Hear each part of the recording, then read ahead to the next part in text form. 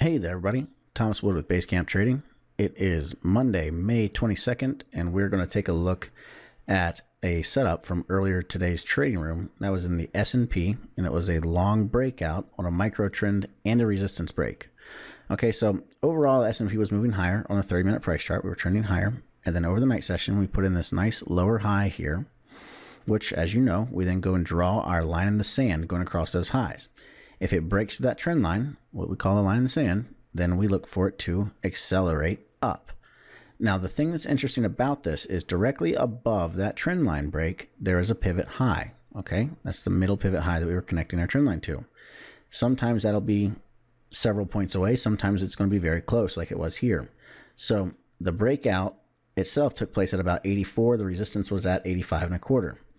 When you have resistance that close, it's a much better idea to just be patient and wait until it breaks through that resistance.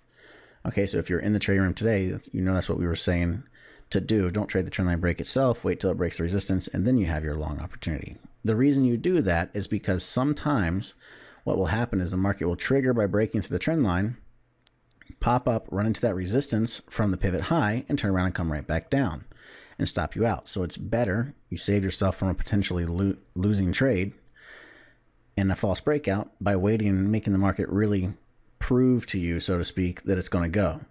Now, the other thing you had at the time is when we were breaking through this, we also had nice bullish momentum coming in on that 30-minute price chart, and you had a bull flag on the 240s. It was also helping accelerate prices higher.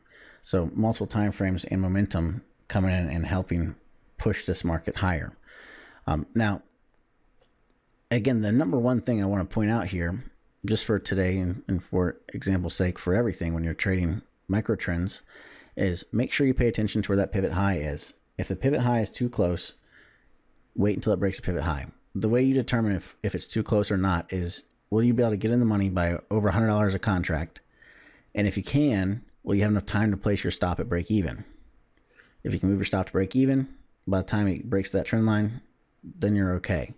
If it's going to pop up, hit it, and turn right back around in a matter of a minute or two, then normally you're better to wait until it actually breaks through that resistance level.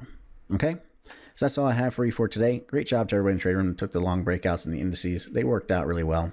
Bonds just chopped sideways all day. Crude oil chopped sideways all day. Gold steadily climbed with higher highs, higher lows, stayed in an uptrend, and has been pushing higher all day.